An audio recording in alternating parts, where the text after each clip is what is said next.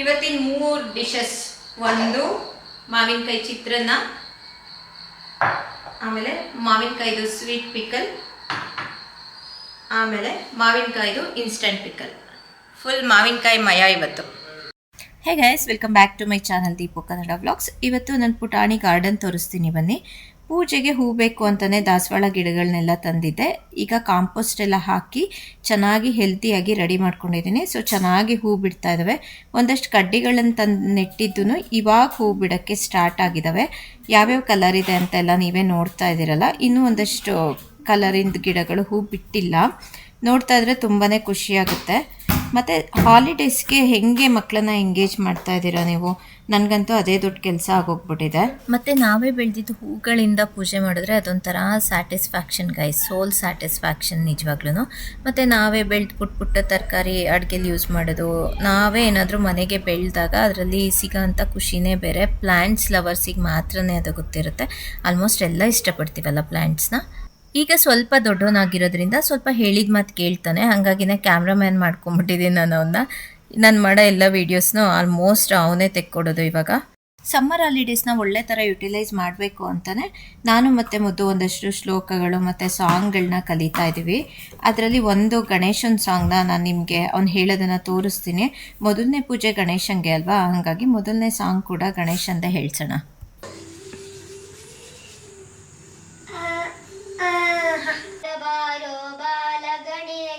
ಮಮತಾ ಮಾತೆಯವರ ಪುತ್ರ, ಮಕ್ಕಳ ಮೆಚ್ಚಿನ ಸೊಂಡಿಲ ಗಣಪ, ಮೋದಕ ಕಡುಬಿಗೆ ಫರ ಕಡುಬ, ನಾಟ್ಯವ ಆಡುವೆ ಗಾಯನ ಪಾಡುವೆ, ಇಲೆ ಮೇಲೆ ಕುಳಿತು ಬಾ ಮನೆಗೆ, ನಾಟ್ಯವ ಆಡುವೆ ಗಾಯನ ಪಾಡುವೆ, ಇಲೆ ಮೇಲೆ ಕುಳಿತು ಬಾ ಮನೆಗೆ, ಗರಿಕೆಯ ತೆರದಲ್ಲಿ ಸರಳತೆ ಮನದಲ್ಲಿ ತುಂಬುತ್ತಾ ಭೂಮಿಗೆ, ಗರಿಕೆಯ ತೆರದಲ್ಲಿ ಸರಳತೆ ಮನದಲ್ಲಿ ತುಂಬುತ್ತಾ ಹರಸಲು ಭೂಮಿಗೆ, ಬಾರ ಬಾರ ಬಾಲ ಗಣೇಶ ಮಮತಾ ಮಾತೆಯ ವರಪುತ್ರ, ಮಕ್ಕಳ ಮೆಚ್ಚಿನ ಸೊಂಡಿಲ ಗಣಪ, ಮೋದಕ ಕಡುಬಿಗೆ ವರ ಕೊಡುಬ.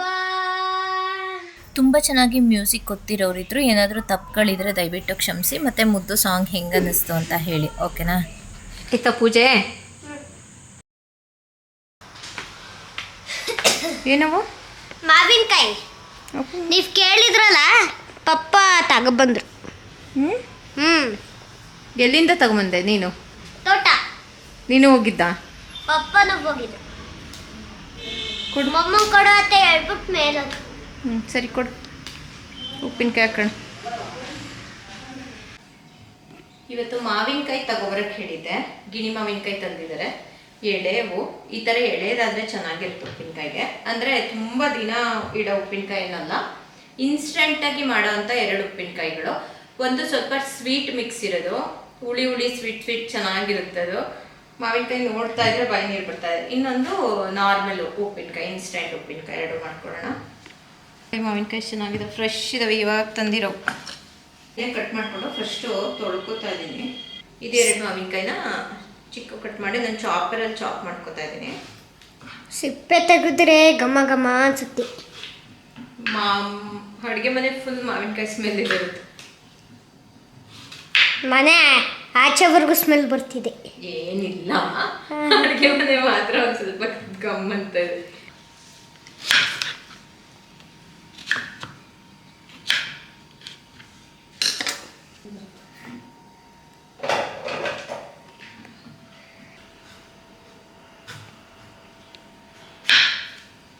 ಇದು ಇನ್ನೊಂದು ಸ್ವೀಟ್ ಉಪ್ಪಿನಕಾಯಿಗೆ.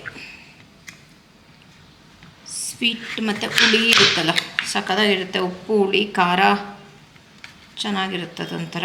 ಇದಕ್ಕೆ ಮಸಾಲ ಬೇರೆ ಪ್ಲೇಸ್. ಇದಕ್ಕೆ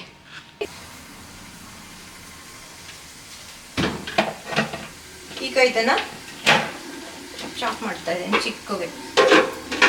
ಲೇಟ್ ಆಗುತ್ತೆ ಅಲ್ಲಿ ಕಟ್ ಮಾಡೋಕ್ಕೆ ಅಂತ ಇದಕ್ಕೆ ಹಾಕ್ತಾ ಇದ್ದೀನಿ. ಇಷ್ಟು ಸಣ್ಣಗೆ ಚಾಪ್ ಮಾಡ್ಕೊಂಡಿದ್ದೀನಿ ನಾನು. ನೋಡಿ, ಇವಾಗ ಸಣ್ಣಕ್ಕೆ ಹೆಚ್ಕೊಂಡಿರೋ ಮಾವಿನಕಾಯಿಗೆ ನಾನು 2 ಮಾವಿನಕಾಯಿಗೆ 1 ಸ್ಪೂನಷ್ಟು ಖಾರದ ಪುಡಿ ಹಾಕ್ತಾಯಿದ್ದೀನಿ. ಸ್ವಲ್ಪ ಅರಿಶಿನ, 1 ಸ್ಪೂನಷ್ಟು ಉಪ್ಪು.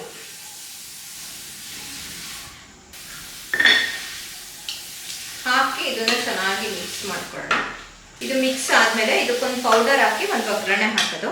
ಆ ಪೌಡ್ರಿಗೆ ಏನೇನು ಮಾಡಬೇಕು ಈಗ ತೋರಿಸ್ತೀನಿ. ಈಗ ಅದಕ್ಕೆ ಒಂದು ಪೌಡರ್ ಮಾಡ್ಕೊಳ್ಳೋಣ. ಅದಕ್ಕೆ ನಾನು 2 ಸ್ಪೂನ್ ಸಾಸಿವೆ ತಗೋತಾ ಇದ್ದೀನಿ. ಆಮೇಲೆ ಈಗ 2 ಸ್ಪೂನ್ ಜೀರಿಗೆ ಹಾಕ್ತಾಯಿದ್ದೀನಿ. ನಾನು ಹೆಂಗೆ ಮೆಷರ್ಮೆಂಟ್ ಇಟ್ಕೋತೀನಿ ಅಂದರೆ 1 ಮಾವಿನಕಾಯಿಗೆ 1 ಸ್ಪೂನು. ಮೆಂತೆ ಮಾತ್ರ ಸ್ವಲ್ಪ, ಮೆಂತೆ ಮಾತ್ರ ಒಂದು ಅರ್ಧ ಸ್ಪೂನಷ್ಟು ಸಾಕು.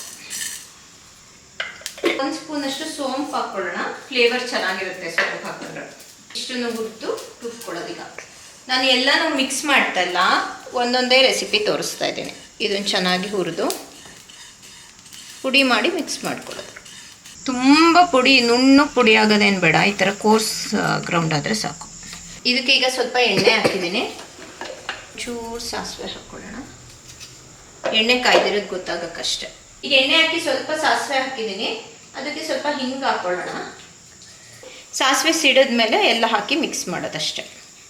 ಇದು ಉಪ್ಪು, ಖಾರ, ಅರಿಶಿನ ಎಲ್ಲ ಹಾಕಿಟ್ಕೊಂಡಿದ್ದಲ್ಲ, ಅದಕ್ಕೆ ಈಗ ರುಬ್ಕೊಂಡಿರೋ ಪುಡಿ ಹಾಕೊಳ್ಳೋಣ.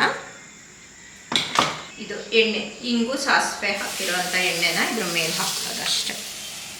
ಇದನ್ನು ಚೆನ್ನಾಗಿ ಮಿಕ್ಸ್ ಮಾಡಿ ಸ್ವಲ್ಪ ಹೊತ್ತು ಬಿಟ್ಟರೆ ಉಪ್ಪಿನಕಾಯಿ ರೆಡಿ.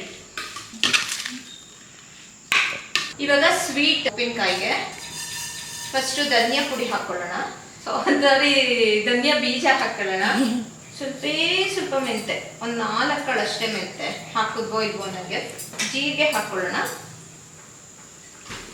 ಜೀರಿಗೆ 1 ಸ್ಪೂನಷ್ಟು ಹಾಕ್ತಾ ಇದ್ದೀನಿ. ಆಮೇಲೆ ಒಣಮೆಣಸಿನ್ಕಾಯಿ, ಸ್ವಲ್ಪ ಸೋಂಪು, ಇಷ್ಟು ಹಾಕಿ ಇದನ್ನ ಹುರ್ಕೋಬೇಕು. ಮೆಣಸಿನ್ಕಾಯಿ ಕ್ರಿಸ್ಪ್ ಆಗುತ್ತಲ್ಲ ಅಷ್ಟು ಹುರಿದ್ರೆ ಸಾಕು. ಇವಾಗ ಇದನ್ನು ಜಾರಿಗೆ ಹಾಕ್ಕೊಂಡಿದ್ದೀನಿ. ಇದನ್ನು ರುಬ್ಕೊಬರೋಣ. ಇವಾಗ ಇಲ್ಲಿ ಇದೊಂದು ಪುಡಿ ಮಾಡ್ಕೊಬಂದಿದ್ದೀನಿ.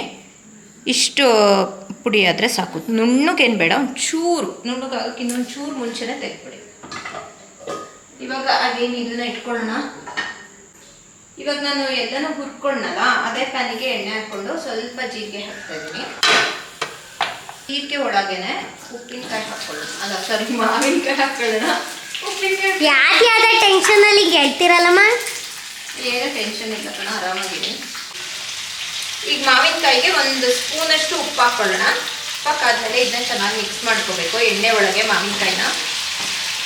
ಸೆಕೆ ತಡಿಕೊಂಡೆ ಕೂದಲಕ್ಕೆ ಮೇಲೆ ಕಟ್ಕೊಂಡ್ಬಿಟ್ಟೆ ನಾನು. ಸಕ್ಕ ಸೆಕೆ ಇದು. ನಮ್ಮಮ್ಮ ವಿಡಿಯೋ ಮಾಡಿಸಿ ನನ್ನ ಕೈ ಸೌದೋಗಿದ್ದಾವೆ ಫ್ರೆಂಡ್ಸ್. ರಜೆ ಈಗ ಫ್ರೆಂಡ್ಸ್ ಸ್ಕೂಲಿಗೆ. ಫಸ್ಟ್ನೇ ಸ್ಕೂಲಿಗೆ ಹೋಗ್ಬಿಟ್ರೆ ಸಾಕಾಗಿದೆ ಈಗಲೇ. ಅಯ್ಯೋ, ಯಾಕೆ ಪಾಪ ಟೀಚರ್ಸ್ ಯಾಕೆ ಹಾಯಾಗಿದ್ದಾರೆ ಅಂತ. ಯಪ್ಪ, ಇದು ಮಾವಿನಕಾಯಿ ಕಲರ್ ನೋಡಿ ನಿಮಗೆ ಗೊತ್ತಾಗ್ತಾ ಇದೆ ಅನಿಸುತ್ತೆ, ಚೇಂಜ್ ಆಗಿದೆ ಅಲ್ಲ. ಈ ಟೈಮಲ್ಲಿ ಸ್ವಲ್ಪ ಬೆಲ್ಲ ಹಾಕ್ಕೊಳ್ಳೋಣ. ಬೆಲ್ಲ ಒಂದು 80 ಗ್ರಾಮ್ಸ್ ಅಷ್ಟು ಹಾಕ್ಕೊಳ್ಳಿ. ನೋಡಿ, ಬೆಲ್ಲ ಹಾಕಾದ್ಮೇಲೆ ಈ ಥರ ಒಂದು ಪಾಕ ಥರ ಕ್ರಿಯೇಟ್ ಆಗುತ್ತೆ. ಇಲ್ಲಿ ಏನು ಹಾಕಿದ್ದೀವಿ ಅಂದರೆ ಉಪ್ಪು, ಬೆಲ್ಲ, ಮಾವಿನಕಾಯಿ ಮತ್ತು ಸ್ವಲ್ಪ ಎಣ್ಣೆ ಅಷ್ಟೇ ಹಾಕಿರೋದು. ಒಬ್ಬರು ಸಿಪ್ಪೆ ತೆಗಿತಾರೆ.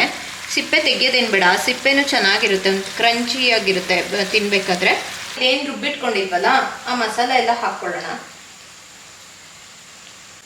ಇವಾಗ ಪೌಡರ್ ಹಾಕಿದ್ವಲ್ಲ, ಅದು ಪೌಡರ್ ಹಾಕಿದ್ಮೇಲೆ ಸ್ವಲ್ಪ ಅರಿಶಿನ ಹಾಕ್ಕೊಳ್ಳೋಣ, ಕಲರ್ ಚೆನ್ನಾಗಿ ಕಾಣಿಸುತ್ತೆ.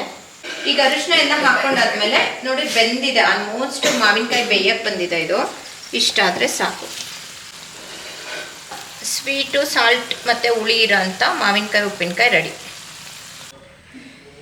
ನೋಡಿ, ಮೌತ್ ವಾಟ್ರಿಂಗ್ ಉಪ್ಪಿನಕಾಯಿ ಎಷ್ಟು ಚೆನ್ನಾಗಿದೆ ಅಂದರೆ ಸಕ್ಕತ್ತಾಗಿ ಬಂದಿತ್ತು. ಮಾತ್ರ ಉಪ್ಪಿನಕಾಯಿ ಅನ್ನಕ್ಕೆ ಕಲಿಸ್ಕೊಂಡು ತಿನ್ಬೋದು, ಬಿಸಿ ಅನ್ನಕ್ಕೆ ತುಂಬ ಚೆನ್ನಾಗಿದೆ. ಆದರೆ ಇದನ್ನು ತೋರ್ಸೋಕ್ಕೆ ಬೇಜಾರಾಗ್ತಾಯಿದೆ ನನಗೆ. ಎಲ್ಲ ಖಾಲಿನೇ ಮಾಡೋಕ್ಕಿದ್ದಾರೆ ಇದು ಸ್ವೀಟಿಂದು.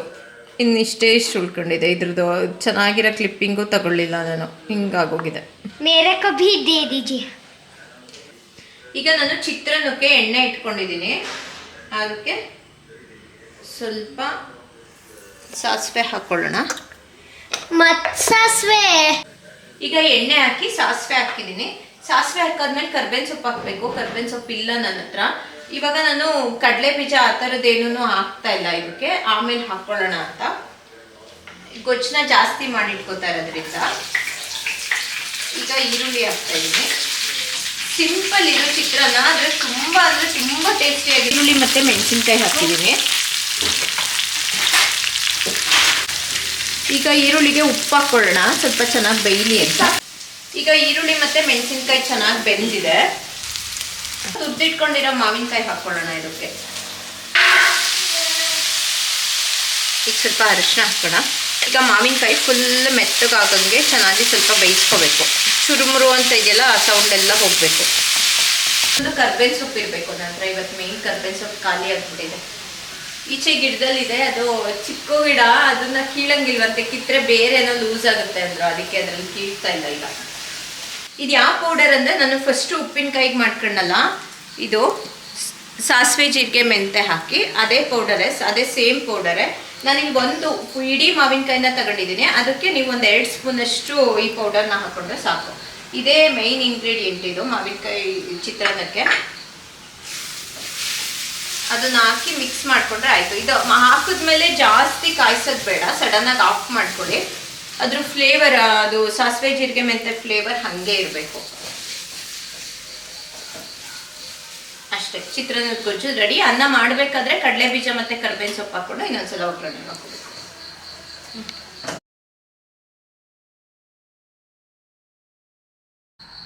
ಇವತ್ತಿನ 3 ಡಿಶಸ್, ಒಂದು ಮಾವಿನಕಾಯಿ ಚಿತ್ರಾನ್ನ,